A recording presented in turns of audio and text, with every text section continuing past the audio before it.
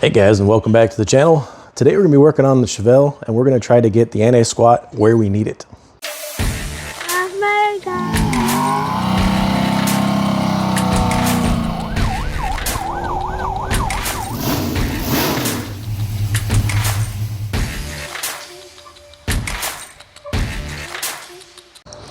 So with the turbo, there is an instant increase in power as soon as that thing kicks in. Normally, with these 275s on the 18 by 9.5 inch rim, I hook up okay unless I really want to spin, and I dump the clutch and it just lights the tires up.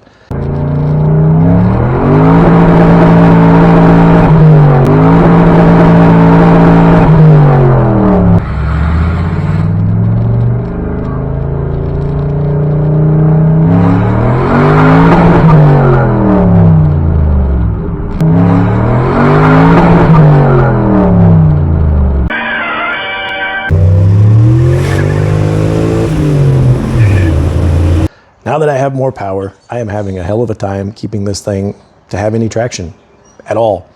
Even in third gear, it just destroys the tires.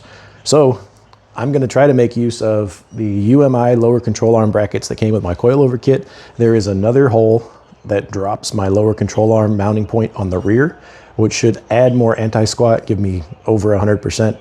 I haven't really done the measurements yet, but it's going to give me a little bit of a harder hit out of the hole. So we're going to drop those bars down, readjust the pinion angle, and go for a test drive and see how much of a difference it makes. Join me. So we got a lot going on here. If you're watching the other videos, you can see how we got to this point. This is the Quick Performance 9-inch rear end. I did have the lower control arm hole adjustment holes added on there, so there's a bunch of different holes there. I did that because I wanted to add some reinforcement down in here to this bracket. So I am currently running in what would be considered the factory hole, I guess. So when I'm on the ground at ride height, these bars are pretty much level, which for some applications is good. But I need more traction, I think. So I'm going to try to use this guy. It's just a, I don't know, an extra hole. There's another one here, but it's kind of blocked by this bracket, so I'd have to open that up. I got some tuning here is what I'm trying to say. So I'm going to take the sway bar off. We're going to drop this guy down, lower these bars down on either side, and then measure the pinion angle and adjust that. I've got the adjustable, if I can get you in there. Where are they at? I got the adjustable upper control arms, so we can play with the pinion angle, get it back where it needs to be. But let's get to it, get this adjusted, and see what it does. Okay, well, when you're me, it's never easy, but I do it to myself. So I got the Quick Performance with, like we discussed earlier, with these little brackets on there, and then the UMI brackets. So that mounts on, it kind of sandwiches around what's already there, the little stub. So there's a hole there, and there's a hole on the other side. I'll show you this one. Hole here, there's a hole on the underside on that side there, and then these two here, and that kind of like grasps onto that. Fun fact though, when you disconnect all of them, and you're doing things and hanging and your coilovers are not attached, the brackets get all wonky, and then as soon as you stick the lower control arm in there and it puts tension on there, it does this. So when you take this little guy out and move your control arm down here, put that bolt in first before you apply pressure here.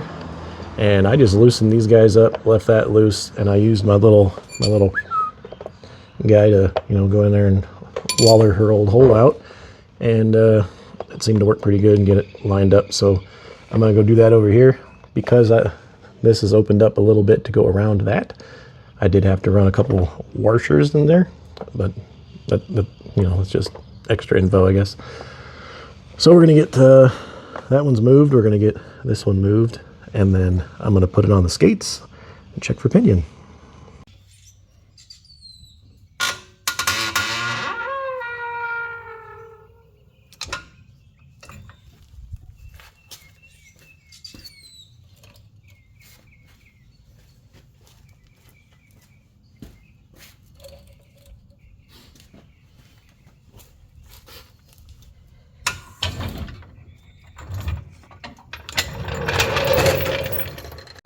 So here's where we're at. This was what my angles were like, roughly. So what this did was it pushed it in this way, because I was where the holes were, it's kind of in an arc. So if this is an inch and I moved it down to this one, this is 3/4 of an inch from here to here. So it made the whole rear end kind of angle in that way at the bottom. So instead of like this, it's now like this. So that means that my pinion angle needs to be adjusted. I had it within spec before. I was at 0.5 degrees down. Now I'm at 3.5 degrees down. Maybe it was up, I'd have to look at it again. I'm at 3.5 degrees. I'm just gonna get it back to where it was before, and then we'll take this thing for a drive. All right guys, so I added that 1/4 inch to the uppers and it fell right back into spec. So adding that, or subtracting that 1/4 inch and pushed it out. So anyways, it's back where it needs to go. So I'm gonna nut and bolt this thing real fast, make sure I didn't leave anything loose. And I'm gonna set the lock nuts on the upper control arms because they're adjustable. I didn't tighten the lock nuts down yet. Then I'm probably gonna get my boy off the Xbox and put him with the camera and see what we see. Try to take this thing around the block, see what it does.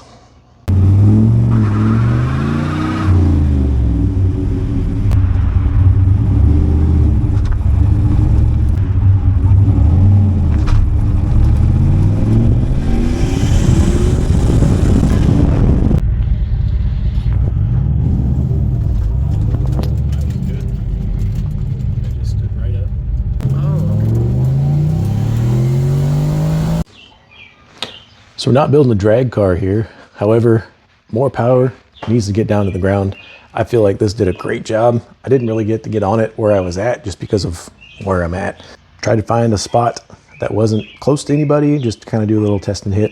Eventually I'm gonna have to get this thing on the track or 2-lane highway somewhere and actually load it up and see what happens. Next step will probably be wiring the line lock into the 2-step so that I can kind of make like a trans brake, if you will, and kind of spool up the turbo and then leave off of that when I release the line lock. So all in all, that was a pretty simple mod. It was already there, just had to move some stuff around, and oh my God, the gains were wonderful. So you couldn't tell from the video, worked pretty good. And that's all we got for this one. So thanks for watching. We'll see you on the next one. Action. I'm fired. I just wake up and piss excellence, and I want to go fast. You're not first, you're last. I was high when I said that.